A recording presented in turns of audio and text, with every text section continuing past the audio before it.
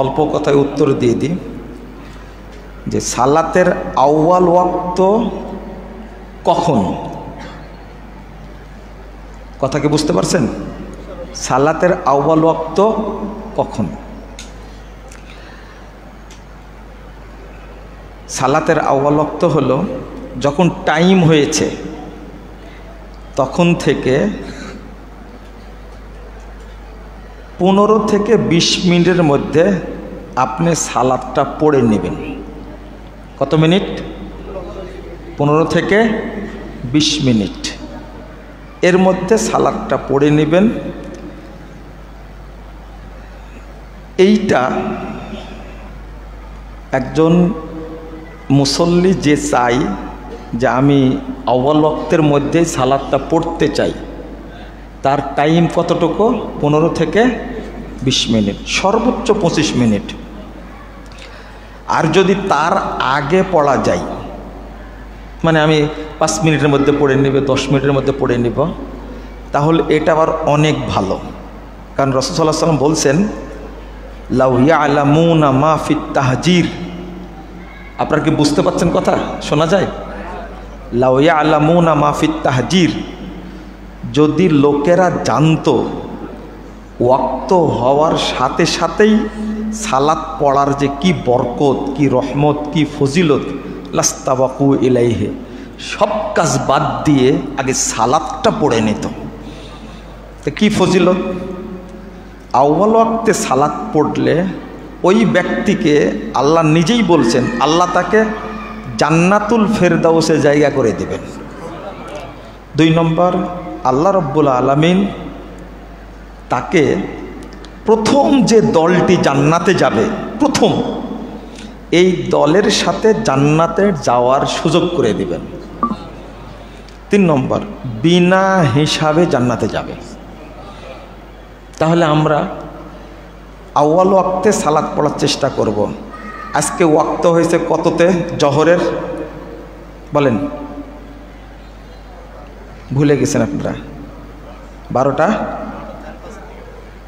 4-এ, 12টা 4-এ ওয়াক্ত হয়েছে। তাহলে আপনারা 12:30টার মধ্যে জামাত করে নেবেন। মনে করেন আমি উদাহরণ দিয়ে বুঝালাম, 3:27-এ 3:30টায় আসর হচ্ছে, 4টা বা 3:45টার মধ্যে আপনারা সালাদটা কি করে নেবেন? আসর পড়ে নেবেন। আসর পড়তে পারি, ফজর পড়তে পারি, জহর পারি না কেন? বুঝেননি কথা আমার? ঠিক, আমরা ফজরটা তো রাইট টাইমে পড়ি, তাই না? আসরও পড়ি রাইট টাইমে, জহরটা আমরা একটু এগিয়ে নিয়ে আসবো ইনশাল্লাহ। জাযাকুমুল্লাহ খাইরান ওয়া বারাকাল্লাহু ফিকুম। আপনি প্রশ্ন করেছিলেন যেটা, সেটা হলো জুমা দিন মসজিদে এসে অনেকেই শুধু 4 রাকাত পড়ে বসে থাকে, তাই না? সুন্নত হিসাবে 4 রাকাত পড়ে। আপনারা এই সুন্নাহটা জেনে নেন আজকে, এটা ঠিক না। জুমার দিন যখন আসলেন তখন থেকে নিয়ে ইমাম খুতবা শুরু হওয়ার আগ পর্যন্ত 2 রাকাত করে যত রাকাত ইচ্ছা তত রাকাত পড়তে পারবেন। এটা হলো সুন্নাহ। সাহাবীরা কেউ 12 রাকাত পড়তেন, কেউ 8 রাকাত পড়তেন, কেউ 6 রাকাত পড়তেন। জুমার আগে নির্দিষ্ট কোনো সালাত নেই। প্রথম পড়বেন 2 রাকাত কি? তাহিয়াতুল মসজিদ। মসজিদে সরাসরি এসে বসে পড়া এটা কাবিরা গুনাহ। কি গুনাহ? কাবিরা গুনাহ। কারণ মসজিদে এসে 2 রাকাত সুন্নাত পড়াটা হলো ওয়াজিব। কি ওয়াজিব? বসতে পারবে না। আর যে বসে পড়ে সে কাবিরা গুনাহ করলো, ওয়াজিব নষ্ট করলো। কথা কি বুঝতে পারলেন? আর এই 2 রাকাত সালাতের কোনো নেকি নাই। জানেন, মসজিদে এসে যে 2 রাকাত পড়লেন, এই 2 রাকাত সালাতের কোনো নেকি নাই, নেকি হয় না। এই 2 রাকাত পড়লে তাহিয়াতুল মসজিদ, তাহিয়াতুল ওযু পড়লে এই 2 রাকাতের কোনো নেকি নাই, তবে সরাসরি আল্লাহ জান্নাত দান করবে। কথা কি বুঝতে পারলেন? এই 2 রাকাতের সওয়াব হলো জান্নাত, নেকি নেই, সওয়াব কি? জান্নাত পড়বেন। তাহলে জুমার পূর্বে নির্দিষ্ট কোনো সালাত নাই, তবে খুতবা যখন দিচ্ছে ইমাম সাহেব তখন মাত্র কয় রাকাত? 2 রাকাত। 930 নম্বর হাদিস সহিহ মুসলিমের মধ্যে আসছে, আপনারা দেখে নেবেন। 2 রাকাত পড়বে। জুমার পরে মসজিদে পড়লে 4 রাকাত, আর বাড়িতে পড়লে 2 রাকাত। উল্লেখ্য যে বাংলাদেশে প্রচলিত আছে কবলাল জুমার বাদাল জুমা, এই কথাটা শরীয়ত সম্মত না, এটা হলো বেদাতি কথা। কি কথা? কবলাল জুমা 4 রাকাত, বাদাল জুমা 4 রাকাত, এই কথাটা হাদিস সম্মত না। একটা হাদিস আসছে, হাদিসটা এবারে জাল পর্যায়ের হাদিস। কি পর্যায়ের? জাল পর্যায়ের হাদিস। তা আমরা এই মুনকার হাদিস, বাজে হাদিসের উপরে আমল করব না, আমরা আমল করব সহি হাদিসের উপরে। রাসূল সাল্লাল্লাহু আলাইহি ওয়াসাল্লাম বলছেন, জুমার দিনে কেউ এসে ইমাম মসজিদে মেম্বারে উঠার আগ পর্যন্ত সালাত পড়বে, আল্লাহ ওই দিন থেকে নিয়ে 1 সপ্তাহের যত পাপ আল্লাহ ক্ষমা করে দিবেন, পাশাপাশি আরও 3 দিনের পাপ আল্লাহ ক্ষমা করে দিবেন। তাহলে আমি এই ফজিলত নষ্ট করব কেন? আল্লাহ যেন আমাদের বুঝার তৌফিক দান করেন, আমিন। আপনি কি প্রশ্ন বলছিলেন? হ্যাঁ, ও সরি, আরেকটা প্রশ্ন আছে। আমাদের অনেকের মানুষের টুপিতে কাবা ঘর লেখা আছে, ওই যে একটা যে 2 পাশে আছে, কাবার ছবি দেওয়া আছে, কারো মসজিদে নববীর ছবি দেওয়া আছে, কারো আবার তারা দেওয়া আছে, 3টা 4টা তারা, একটা চাঁদ। 4টা তারা কে কে জানেন? 4টা তারা কে কে জানেন? 4টা তারা হলেন হাসান হোসাইন আর আলী ফাতেমা। কয়জন হলো? 4 জন। আর চাঁদটা হলো রাসূল সাল্লাল্লাহু আলাইহি ওয়াসাল্লাম। বলেন নাউজুবিল্লাহ। এটা হলো পাক পাঞ্জাতন। এই ধরনের টুপি আপনারা কেউ পরবেন না, ঠিক আছে? আপনি দাঁড়ান, এই যে রায়হান কবির, দাঁড়ান দাঁড়ান, এদিক ঘোরেন। এই রায়হান কবির, এই সুব্বানের সভাপতি, এনার মাথায় টুপি আছে, দেখতে পেয়েছেন? আমি ওনাকে দাঁড় করালাম না, মুরব্বী মানুষ, আমাদের সেক্রেটারি সাহেব, ওনার মাথায় যে টুপি আছে, এই টুপি পরার চেষ্টা করবেন। 5 কলিও পরবেন না, আর 7 কলিও পরবেন না, এরকম ফ্রেশ টুপি পরবেন। বসেন, কথা বোঝা গেছে? কিছু টুপি আছে মাঝারি টুপি, মাঝারি, এই মাঝারি টুপি পরবেন না। কিছু টুপি হলুদ টুপি আছে, এটা মাজার পূজারীরা পরে, এটা পরবেন না। ফ্রেশ টুপি পরবেন। আশা করি বুঝতে পেরেছেন। জাযাকুমুল্লাহ খায়রান। বলেন।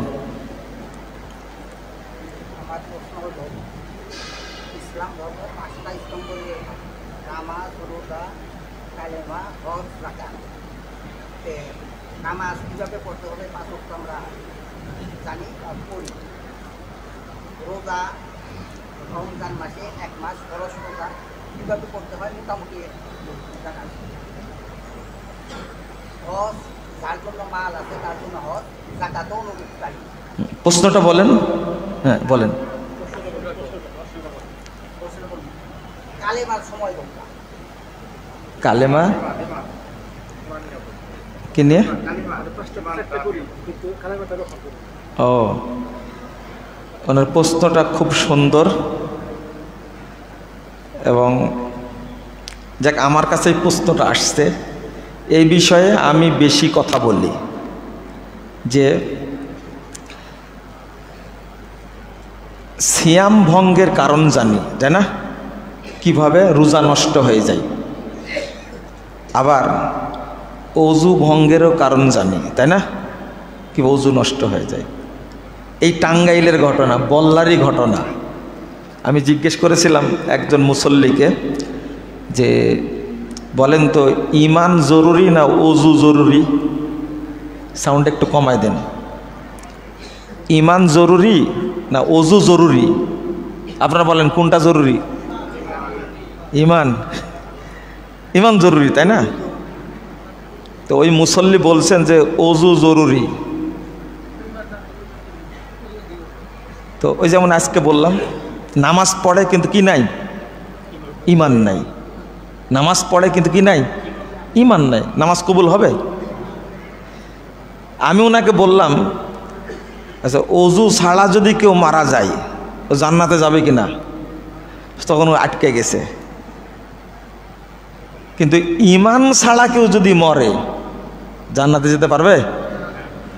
তো ইনি এই প্রশ্নটাই করেছেন। আমরা সালাত সম্পর্কে জানি, হজ সম্পর্কে জানি, সিয়াম সম্পর্কে জানি, কিন্তু কালেমা কখন পড়তে হবে আর কিভাবে এটাকে ঠিক রাখতে হবে এই সম্পর্কে জানা নাই।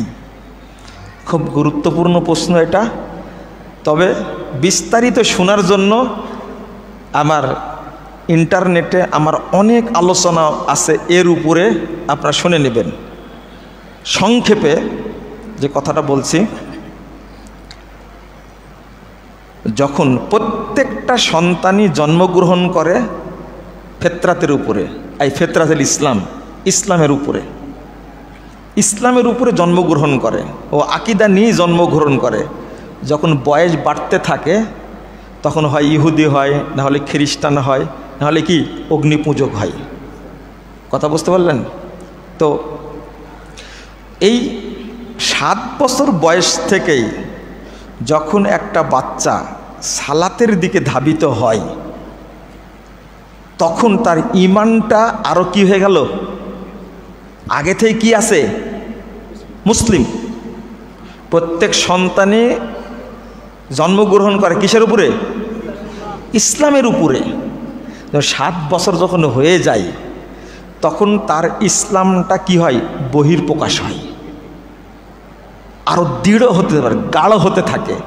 তো কারো ইসলামটা গাঢ় হয়, কেউ ইসলাম থেকে ছিটকে পড়ে কেউ হিন্দু, কেউ খ্রিস্টান, কেউ বৌদ্ধ, কেউ বিধর্মী হয়ে যায়। কথা কি পরিষ্কার হয়েছে?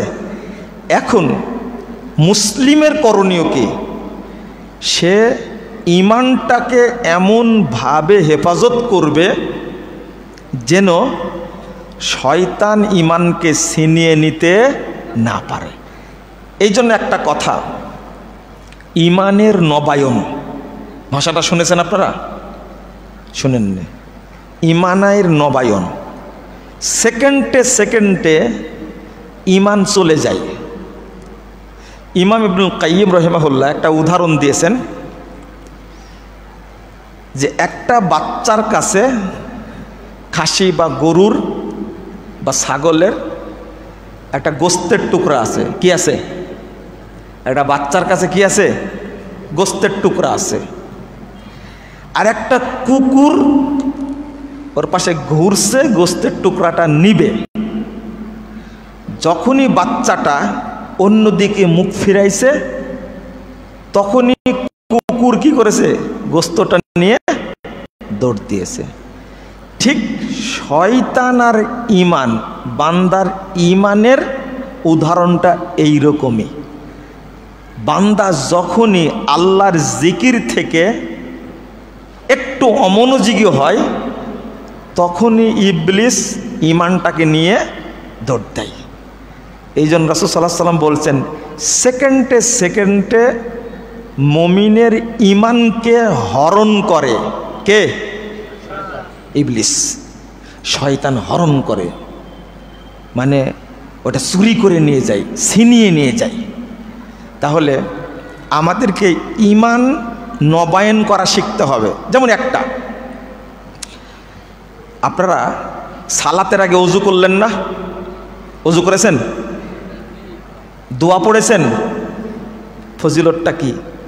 রাসূল সাল্লাল্লাহু আলাইহি ওয়াসাল্লাম বলছেন, যে ব্যক্তি ওযুর পরে দোয়াটা পড়বে, আশহাদু আল্লা ইলাহা ইল্লাল্লাহু ওয়াহদাহু লা শারীকা লাহু ওয়া আশহাদু আন্না মুহাম্মাদান আবদুহু ওয়া রাসূলুহু আল্লাহুম্মা জাআলনি মিনাত তাওয়াবিন ওয়া জাআলনি মিনাল মুতাতাহহিরিন।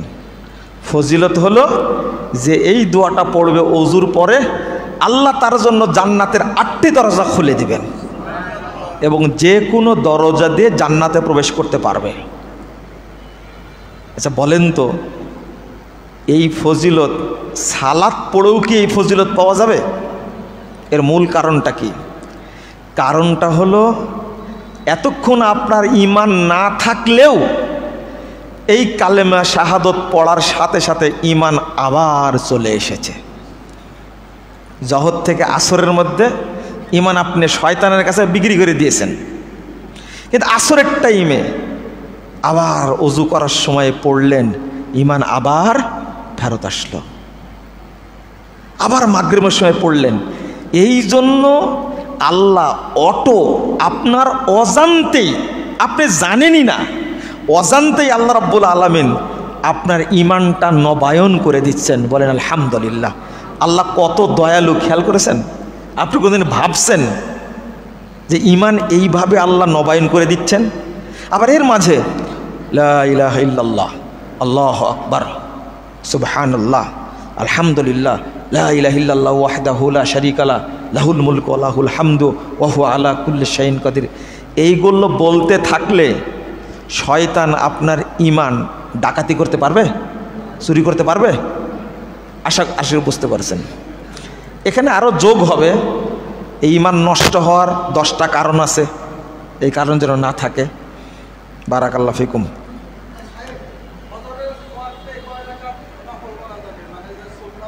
হ্যাঁ হ্যাঁ, ফজরের সময়ে আজানের পরে শুধু 2 রাকাত সুন্নাত।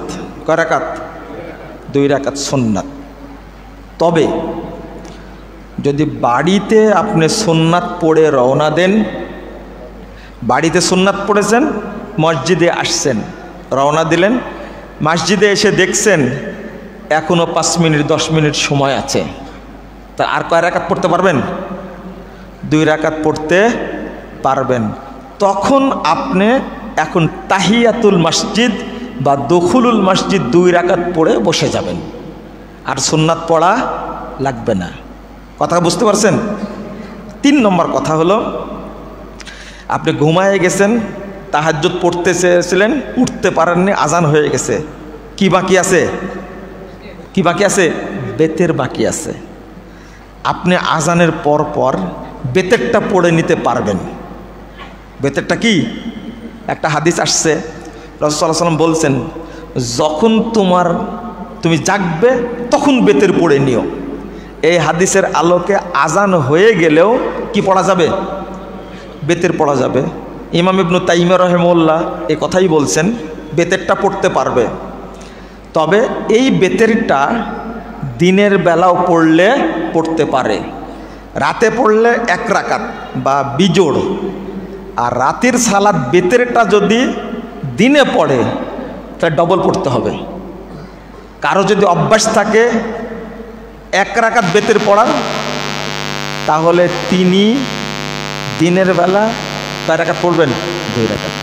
কারো যদি বেতের পড়ার 3 রাকাত অভ্যাস থাকে, রাত্রে পড়তে পারেনি, দিনের বেলা পড়লে কয় রাকাত পড়বেন? 4 রাকাত, জোড়া জোড়া পড়বেন। কথা বুঝতে পারছেন? আশা করি ক্লিয়ার হয়েছে। যেগুলো লেখা আছে এগুলো আগে দিতে হবে, এনারা হকদার বেশি। বিয়েতে কনের আঁচলে পান সুপারি বেঁধে দেওয়া কতটুকু যুক্তিসঙ্গত? এটা করেন নাকি আপনারা? এটা বিধর্মীদের প্রথা, এটা করবেন না। আর পান, ডাব, সুপারি, এই হিন্দুরা এইগুলোতে পানে কোনো দেবতা সন্তুষ্ট হয়, কোনো দেবতা ডাবে সন্তুষ্ট হয়, কোনো দেবতা সুপারিতে সন্তুষ্ট হয়। এই জন্য সব দেবতারই যেন আশীর্বাদ থাকে, এই জন্য সবগুলো একসঙ্গে আঁচলে বেঁধে দেয়। তা আমরা কি মানে হিন্দু নাকি? আমরা এই কাজটা করব না ইনশাল্লাহ, ঠিক আছে? জাযাকুমুল্লাহ খায়রান। বিয়ের দিন বাড়িতে কেন বিয়ের বাড়িতে নাকি বড় মাছ নিয়ে যেতে হয়? বিয়ের জামাইকে বাজার করে নিতে হয়। এটা যদি আপনাদের কোনো কালচার থাকে যে না, এটা যদি আপনাদের সামাজিকতা হয় যে যেমন পরীক্ষা হলো, রেজাল্ট হলো, মিষ্টি খাওয়ালেন, এগুলো সমস্যা না। কিন্তু যদি কুসংস্কার হয় তাহলে বাদ দিতে হবে। কত বোঝা গেছে?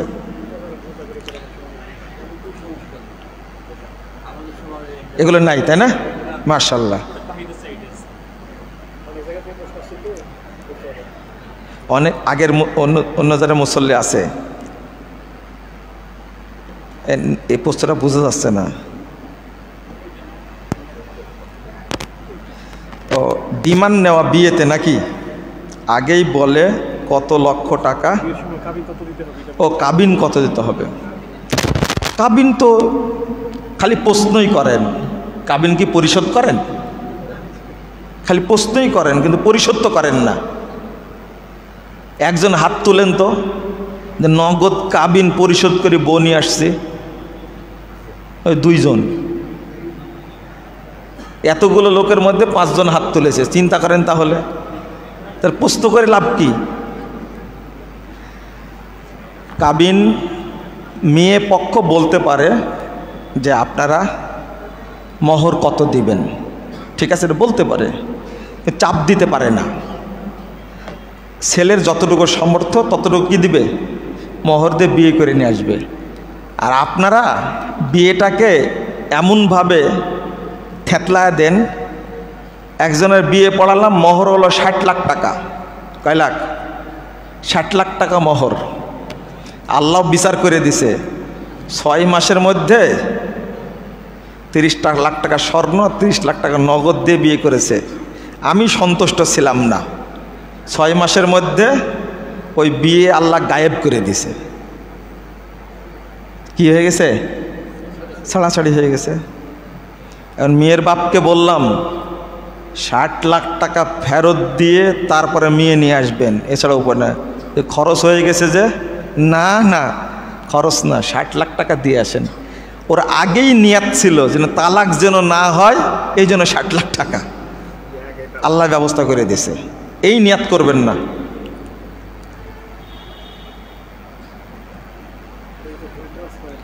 এটা কি? ও আচ্ছা আচ্ছা, কারো মাথায় চুল নাই, আবার চুল লাগাই দিবে নাকি, পর চুলা যাকে বলে, এটা হাদিসের নিষেধ আসছে, জানেন না? আপনি অল্প বয়সে চুল উঠে গেছে, এই জন্য কি খেতে পারেন, চুল যেন আরও গজায়। যেমন অনেকে ক্যান্সারের রোগী থাকে, তো চুল উঠে না, দাড়ি ঝরে যায়, পরে আবার উঠে। এইরকম কোনো ওষুধ ব্যবহার করতে পারবেন, খেতে পারবেন, কিন্তু নতুন করে পর চুলা লাগায়া আপনি মেয়েকে ফাঁকি দিবেন, এইগুলো ঠিক না, প্রতারণা এটা। আরও আছে। আপনাকে আল্লাহর জন্য ভালোবাসি। ও ফার্মেসিতে কিছু জন্ম নিয়ন্ত্রণ ওষুধ বিক্রি করে, এগুলো বিক্রি করা যাবে কি না? আপনি জানেন, খুব ভালো করে জানেন এটা। এইগুলো বলবো যে বিক্রি করা যাবে না, তবে সীমিত মানে একটা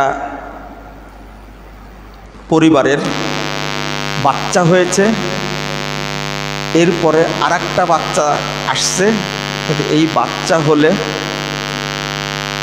হয় ডাক্তাররা বলছে মা মারা যেতে পারে, আগের সন্তানটা ক্ষতিগ্রস্ত হবে, এই জন্য সাময়িক বিরতি এটা জায়েজ, কিন্তু স্থায়ীভাবে জন্ম নিয়ন্ত্রণটা হারাম। মনে থাকবে, হারাম। ডাক্তার যদি বলে যে আপনার এই সন্তান হলে রোগীটা মারা যেতে পারে। 2 নম্বর হলো আগের সন্তানটা ক্ষতিগ্রস্ত হতে পারে, সাময়িক বিরতি নেওয়া জায়েজ, সাময়িক জন্ম নিয়ন্ত্রণ এটা জায়েজ, তখন ওইটা বিক্রি করা আপনার জন্য বৈধ হবে। কিন্তু এইটা তো উদ্দেশ্য না, উদ্দেশ্য হলো অবৈধ সম্পর্ক। অবৈধ সম্পর্ক ছিল, ও পেটে বাচ্চা চলে আসছে, এখন ওই বাচ্চাকে নষ্ট করার জন্য আপনি বিভিন্ন ওষুধ দিয়ে থাকেন।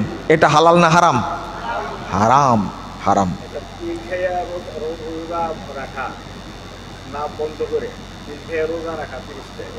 এটা আলাদা প্রশ্ন, উনি আলাদা প্রশ্ন করছেন। আপনাদের প্রশ্নের শেষ নাই।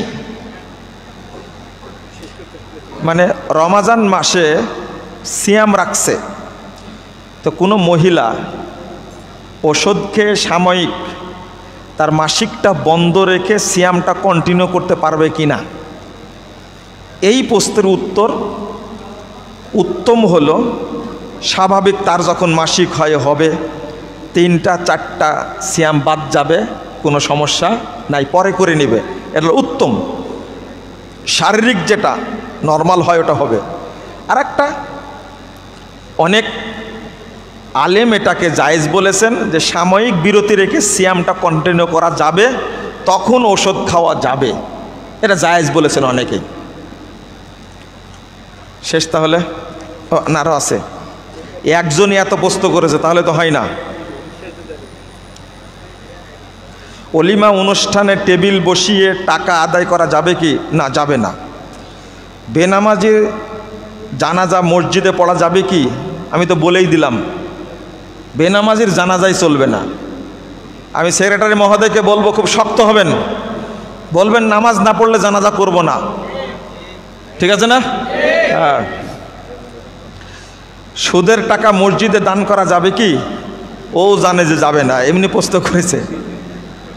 যদি কেউ হারাম টাকা মসজিদে দেয় তাহলে সে বড় পাপী হবে, কিন্তু বক্তব্য তো দিয়েই দিছি আজকে, তাই না?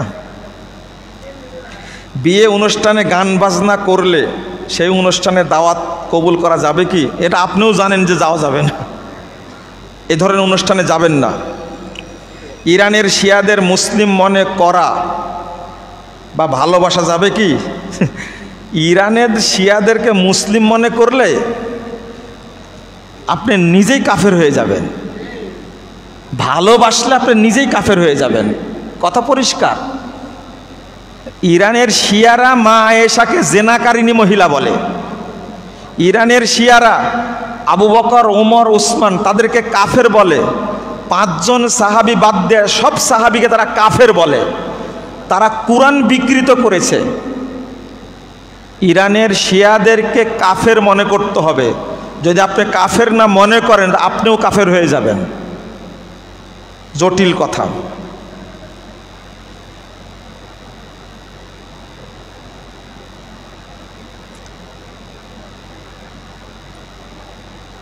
ইচ্ছাকৃত জামাত ত্যাগ করে বাড়িতে সালাত পড়া যাবে কি? না না না, রাইট টাইমে জামাত হচ্ছে, জামাতেই সালাত পড়তে হবে। যে জামাতে আসে না তার সালাত কবুল হওয়ার সম্ভাবনা নেই, সম্ভাবনা নেই।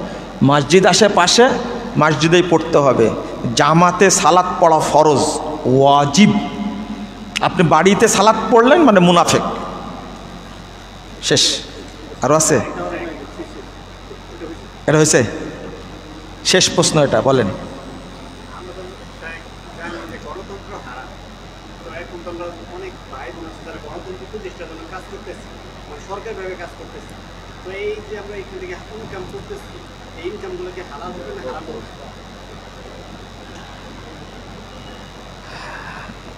উনি 2টা প্রশ্ন করেছে। গণতন্ত্র হারাম, কিন্তু গণতান্ত্রিক রাষ্ট্রে যে চাকরিটা হচ্ছে এটা কি হালাল না হারাম?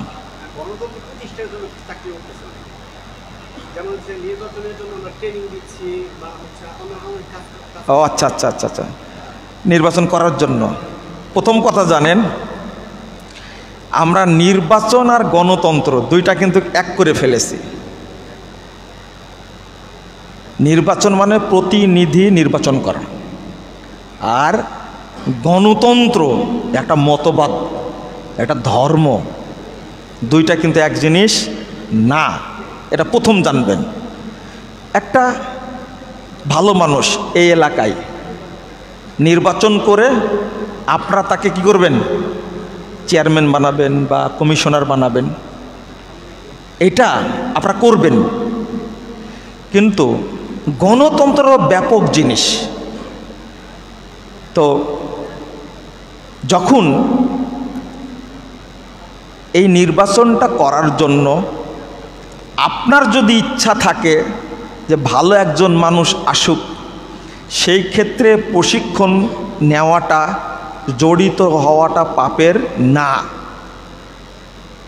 আর যদি আপনার মাধ্যমে ইচ্ছা থাকে একজন চোর, একজন বাটপার, সন্ত্রাসী যদি আসে, তাহলে আপনার যে পাপ হবে এটা সেটা আপনিও জানছেন কোন ভালো করে, তখন পাপ হবে।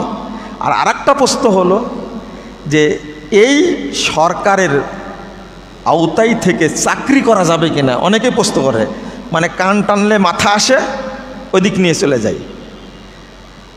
না, আপনার কাজটা যদি বৈধ হয়, কি হয়, এই যে আপনি ফ্যাক্টরিতে চাকরি করছেন, কাজটা তো বৈধ। আপনার রাষ্ট্রের কোনো ক্ষেত্রে চাকরি করছেন, কাজটা আপনার বৈধ। কিন্তু যিনি কাজটা করাচ্ছেন তিনি হয়তো সুদের সাথে জড়িত, ঘুষের সাথে জড়িত, তার পাপ তার উপরে বর্তাবে। কিন্তু আপনার কাজটা বৈধ হওয়ার জন্য আপনার কাজ করা কোনো সমস্যা নেই। কিন্তু মূল ফাউন্ডেশন যদি হারাম হয়, যেমন ব্যাংক কি, বিমা, ফাউন্ডেশনে কি হারাম, এখানকার ঝাড়ু দারু হওয়া যাবে না, দারোয়ানও হওয়া যাবে না। এটা খুব কঠিন জিনিস। ওর ফাউন্ডেশনে কি হারাম, এনজিও ফাউন্ডেশনে কি হারাম, ফ্যাক্টরির ফাউন্ডেশন কি হারাম না। ফ্যাক্টরিতে উৎপাদন হচ্ছে ভালো জিনিস, আপনি কাজ করেন। আশা করি বুঝতে পেরেছেন। আর সবাই বলবে একটা, আচ্ছা হ্যাঁ,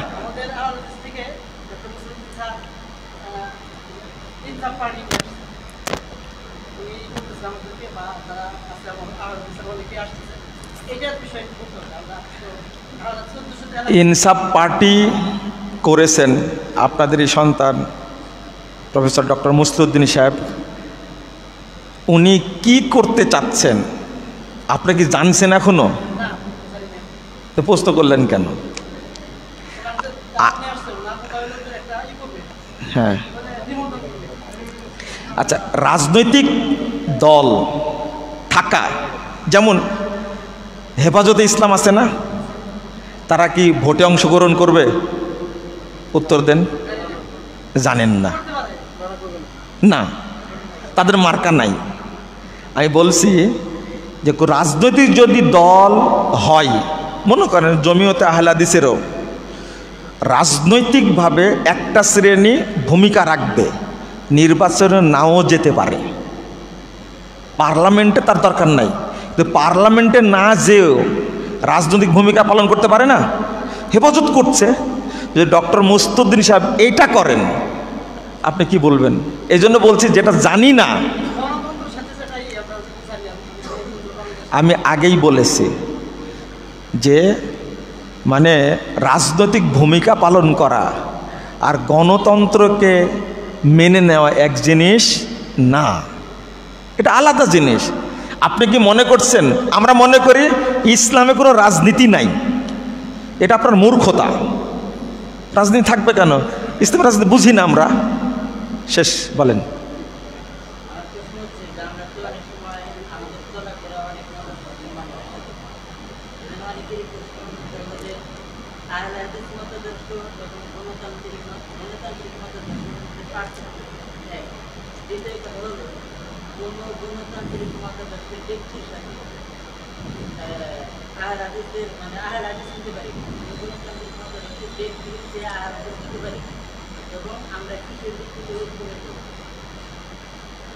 আমাকে এই প্রশ্নটা করছে, উত্তর দিচ্ছি, বসেন।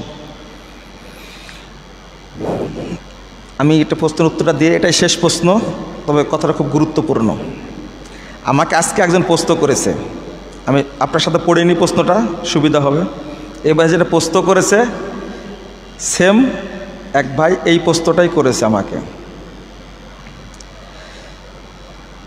আহলে হাদিসদের ঐক্যের বিষয়ে আলোচনা করলে কিছু মানুষ বলে ঐক্য হবে আদর্শের ভিত্তিতে।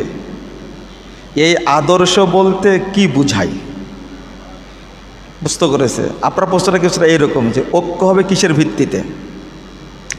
প্রথম প্রশ্ন যে আহলে হাদিস এবং অন্য মতবাদ বা মতাদর্শ, এইটা পার্থক্যটা কেমন।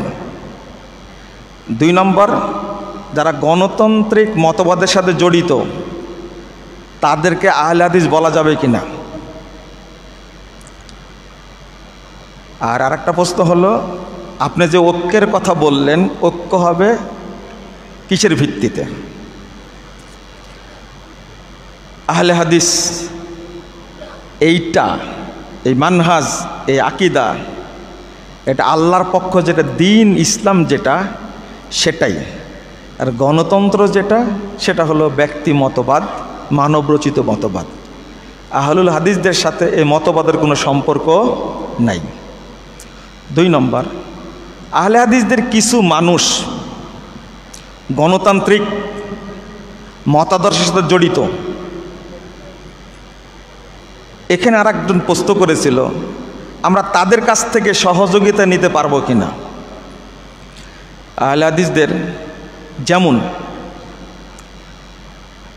একজন আহলে হাদিস আলেম প্রফেসর ডক্টর আসাদুল্লাহ গালিব হাফিজাহুল্লাহ,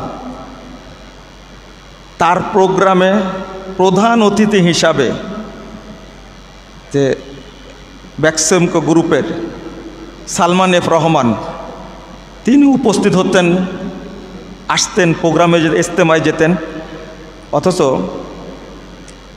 এই আওয়ামী সরকারের প্রধানমন্ত্রীর একমাত্র একজন ডান হাত, তাই না। এরপরে আরও ব্যক্তি আছেন আওয়ামী লীগেরই, যেমন সাতক্ষীরার সাবেক স্বাস্থ্যমন্ত্রী গালেব স্যারের খুব কাছের মানুষ। তাহলে কি বলবো যে গালেব স্যার মানে আহলে হাদিসদেরকে আওয়ামী লীগ বানায় দিছে? আবার জমিয়তে আহলে হাদিসের অনেক ব্যক্তি, যেমন এমপি রহমতুল্লাহ সাহেব, এমপি সাইদ খোকন সাহেব, তারা সক্রিয়ভাবে জমিয়তে আহলে হাদিসকে সহযোগিতা করেন। যেমন আমাদের ইউনিভার্সিটি অনুমোদনই নিয়েছেন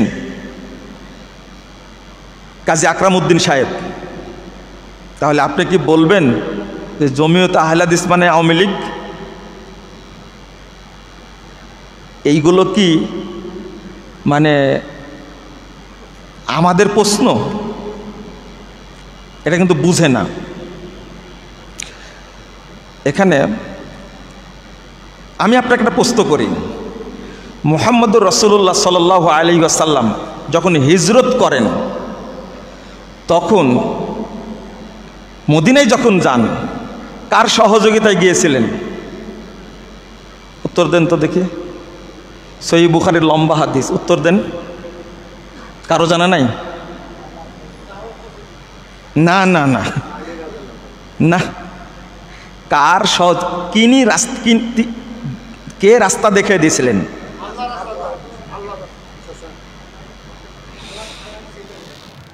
একজন কাফের মানুষ না, আব্দুল্লাহ ইবনে উরাইত, তিনি রাস্তা দেখিয়ে দিয়েছিলেন। তিনি ছিলেন কাফের এবং কেউ কেউ তাকে খ্রিস্টান বলেছে, ঈসার ধর্মে বিশ্বাসী ছিল। মুহাম্মদুর রাসূলুল্লাহ সাল্লাল্লাহু আলাইহি ওয়াসাল্লাম আবু বকর হিজরত করতে যাওয়ার সময়, এবং মজার ব্যাপার হলো এই উট 2টা তিনি পৌঁছায় দিয়েছিলেন গারে শহরে। যে আপনি এখানে থাকবেন, পৌঁছা দেবেন। এবং তিনি মদিনায় নিয়ে গেলেন, রাস্তা দেখায়। সবচেয়ে বিশ্বস্ত মানুষ ছিল, এগুলো কাফের। রাসূল সাল্লাল্লাহু আলাইহি ওয়াসাল্লাম তার সহযোগিতা নিলেন কেন? আপনি কি বলতে পারেন যে লোকটা রাজনৈতিক কারণে একটা দলের সাথে জড়িত, ওই লোকটা অমুসলিম বা আহলে হাদিস না? আমি মনে করি আপনার পড়াশোনায় দুর্বলতা আছে। 2 নম্বর, মক্কাতে রাসূল সাল্লাল্লাহু আলাইহি ওয়াসাল্লাম প্রথম যে দাওয়াতি কাজ করলেন কার নেতৃত্বে? উত্তর দেন, কার নেতৃত্বে? কি সব উত্তর দেন?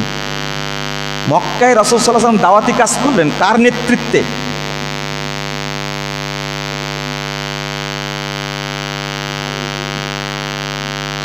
আবু তালেব। কে আবু তালেব? কে? চাচা না? যতদিন আবু তালেব বেঁচে ছিলেন ততদিন মুহাম্মদ সাল্লাল্লাহু আলাইহি সাল্লামকে কেউ কটু কথা বলতে পারেনি, মারা তো দূরের কথা। তো মুহাম্মদ সাল্লাল্লাহু আলাইহি সাল্লাম নবী, শ্রেষ্ঠ নবী, সাইয়্যিদুল মুরসালিন, তিনি কাফেরদের সর্দারের তত্ত্বাবধানে থেকে দাওয়াতি কাজ করছে। এটা জায়েজ না না জায়েজ? হ্যাঁ, আপনার কি সাহস আছে যে আওয়ামী লীগ বা বিএনপি এই রাজনৈতিক নেতৃত্বে কোনো আহলে হাদিস আছে, আপনি তাকে কাফের বলতে পারবেন? সাহস আছে? কে বলেন তো, দাঁড়ান তো দেখে একজন বলেন। আমি না, আপনি না, কোনো আলেম বলেছে কিনা যে ও কাফের? তার এতটুকু কথা, শেষ কথা আসবে, তাগুতি রাজনীতির সাথে জড়িত। কিসের সাথে? তাগুতি রাজনীতির সংশ্লিষ্টতা আছে, কিন্তু বলতে পারবে না সে কাফের। আর আবু তালেব যে কাফের এতে কোনো সন্দেহ আছে? হ্যাঁ, আব্দুল্লাহ ইবনে উরায়ত ও যে কাফের এতে কোনো সন্দেহ আছে? সন্দেহ নাই। আমরা বুঝতে ভুল করেছি, আমরা মারি দিলাম। আমার কথাও নিবেন না, বড় বড় বিজ্ঞ বিজ্ঞ আলেমদের থেকে জেনে ফতোয়া দিবেন। উনি প্রশ্ন করেছেন যে ঐক্য হবে কিসের ভিত্তিতে? এটা কিন্তু গোটা বাংলাদেশে পরিচিত কথা। আমি আপনাদের একটা শক্ত কথা বলি, আমরা বলছি ঐক্য হবে আদর্শের ভিত্তিতে। আদর্শ কি? আদর্শ কি?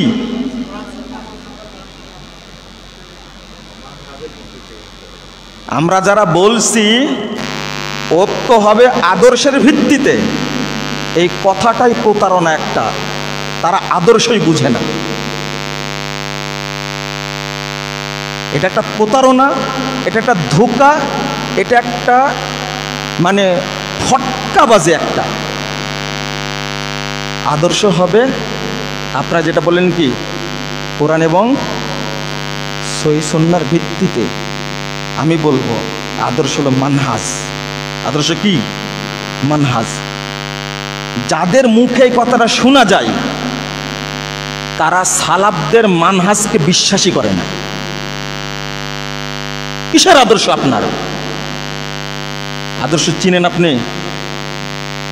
আদর্শ হলো মানহাজ, আর মানহাজটা হলো মানহাজুস সালাফ। নবী সাল্লাল্লাহু আলাইহি সাল্লাম, সাহাবায়ে কেরাম, তাবেঈন ইজাম, এই 3 শ্রেণীর মানুষের মানহাজ যেটা, তার আলোকে ঐক্য হবে।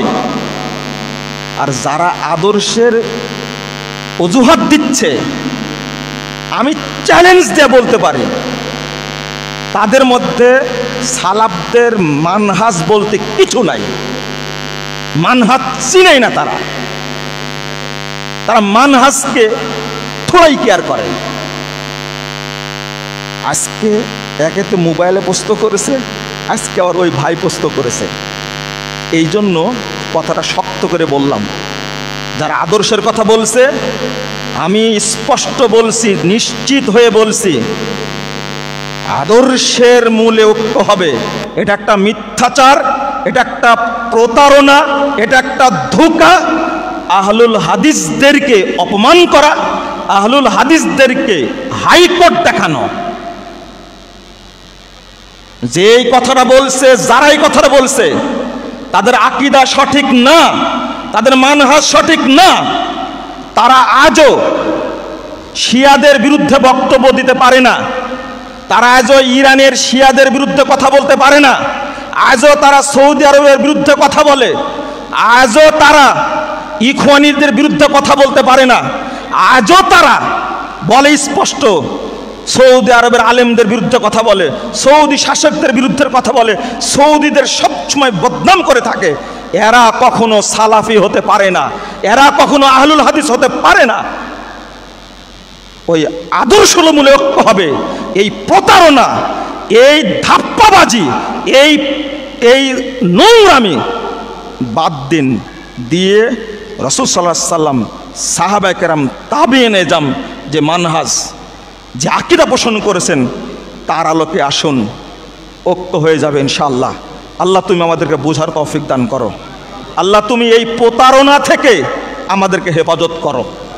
আল্লাহ তুমি এই ধোঁকা থেকে আহলে হাদিস তরুণদেরকে তুমি হেফাজত করো। আমিন রাব্বাল আলামিন। বারাকাল্লাহু ফিকুম। আসসালামু আলাইকুম ওয়া রাহমাতুল্লাহি ওয়া বারাকাতুহু। সুবহানাকাল্লাহুম্মা বিহামদিক আশহাদু আল্লা ইলাহা ইল্লা আনতা আস্তাগফিরুকা ওয়া আতুবু ইলাইকা। আপনাদের সাথে কথা বললাম, অনেক সময় দিলাম, এই জন্য আপনাদের প্রতি মাশকুর। জাযাকুমুল্লাহ খায়রান। আসসালামু আলাইকুম।